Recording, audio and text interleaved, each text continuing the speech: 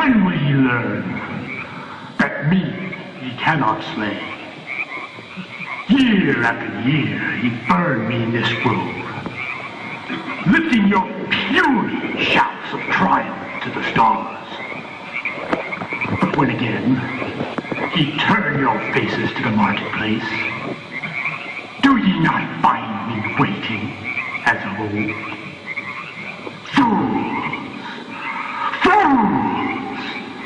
Fools to dream ye conquer care. Nay, thou mocking spirit, it is not all a dream. We know thou waitest for us. When this our sylvan holiday has ended, we shall meet thee and fight thee as of old, and some of us prevail against thee, and some thou shalt destroy. But this too we know. Year after year within this happy grove, our fellowship bans thee for a space. Thy malevolence which would pursue us here has lost its power under these friendly trees. So shall we burn thee once again this night, and in the flames that eat thine effigy, we shall read the sign, Midsummer sets us free. Ye shall burn me once again.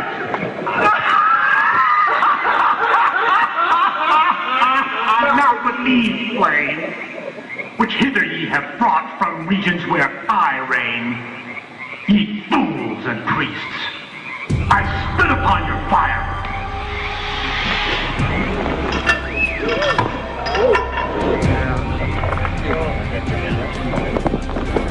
Wow. Great sense of all mortal wisdom. Our Bohemia, we beseech thee, grant us thy counsel.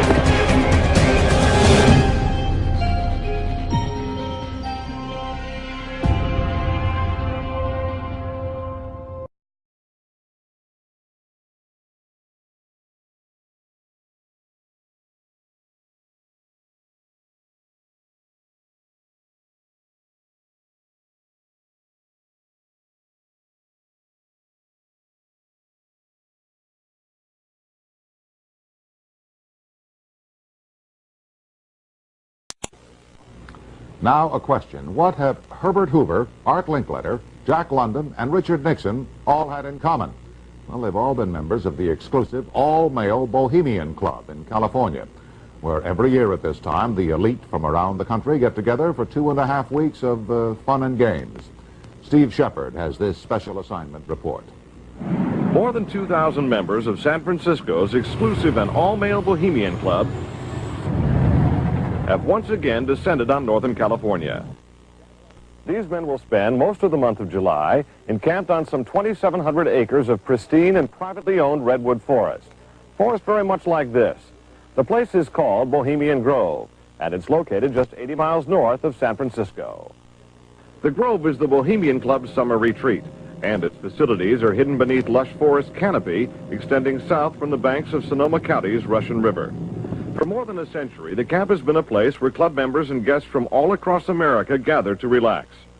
The retreat is divided into dozens of small camps, the most prominent of which is called Mandalay.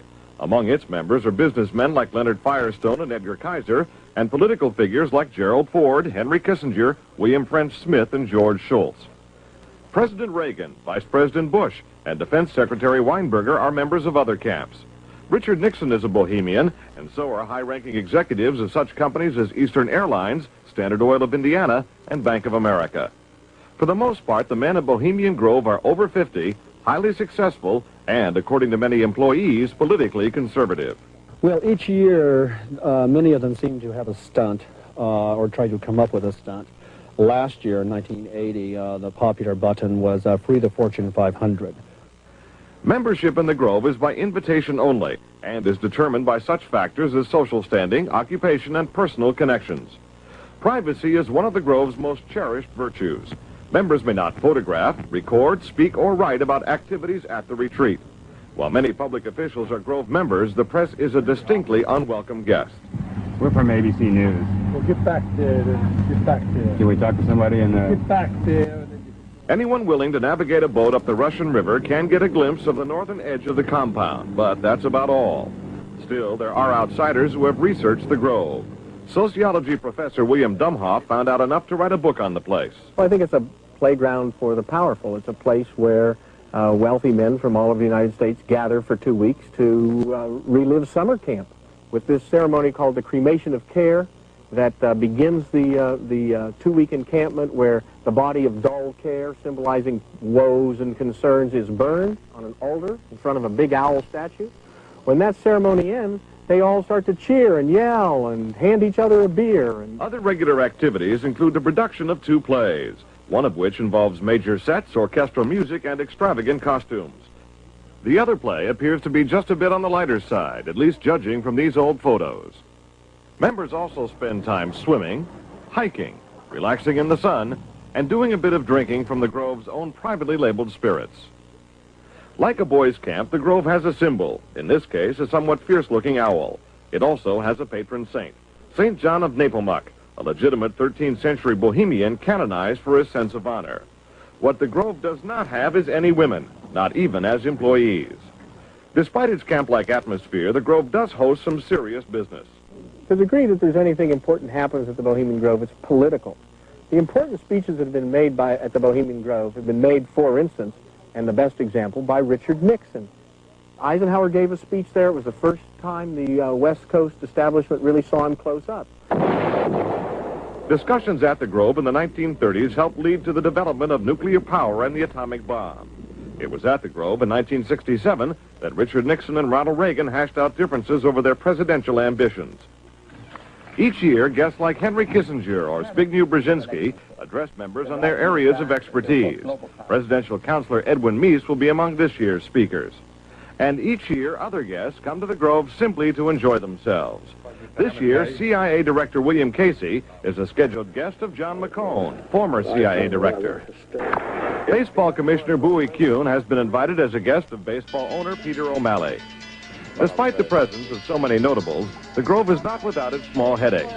Anti-nuclear demonstrators gathered near the entrance to the retreat this year to wave signs and chant slogans. The Grove is also facing a suit from the state of California because it refuses to hire women. Still, the Bohemian Grove seems in no danger of passing. Herbert Hoover called it the world's greatest men's party, and there is a list of powerful people waiting to get in on it. Steve Shepard, ABC News, San Francisco.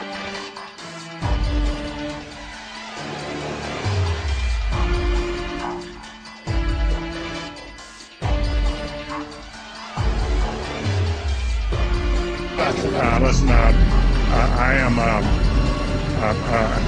happy member of the Bohemian Grove. I like the folks who come there, and it's really inappropriate for me to talk about the group beyond that.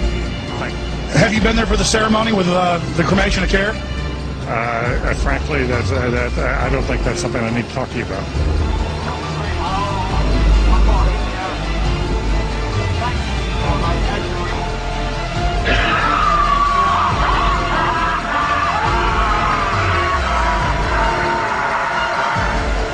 Have you been there for the ceremony with the cremation of care? Frankly, I don't think that's something I need to talk to you about. Really? That's right. Well, I'm Alex Jones, and I snuck in there in 2000. I'm the guy that blew it wide open and got the video put on national TV. Well, I just respect you for that. You do? I do. But it's a lot of big public officials going in there. Don't we deserve to know? I don't know anything about you, and I don't know anything about your film. But if you go in there with an understanding, you violated that understanding by releasing that film, and I don't respect you for that. Really? I'm sorry, you took an understanding when you went in there that you would not do that film. And did you have an understanding when you went in there? No. Did you crash it? Yes. Yeah, and it has no trespassing signs there too, doesn't it? No, they put one after. Oh, I'm sorry. I'm sorry, sir. I've been there before. I know what the circumstances are, and I'm sorry you violated the understanding. But that was not a gentlemanly thing to do. Well, what about the ritual? Is the ritual gentlemanly?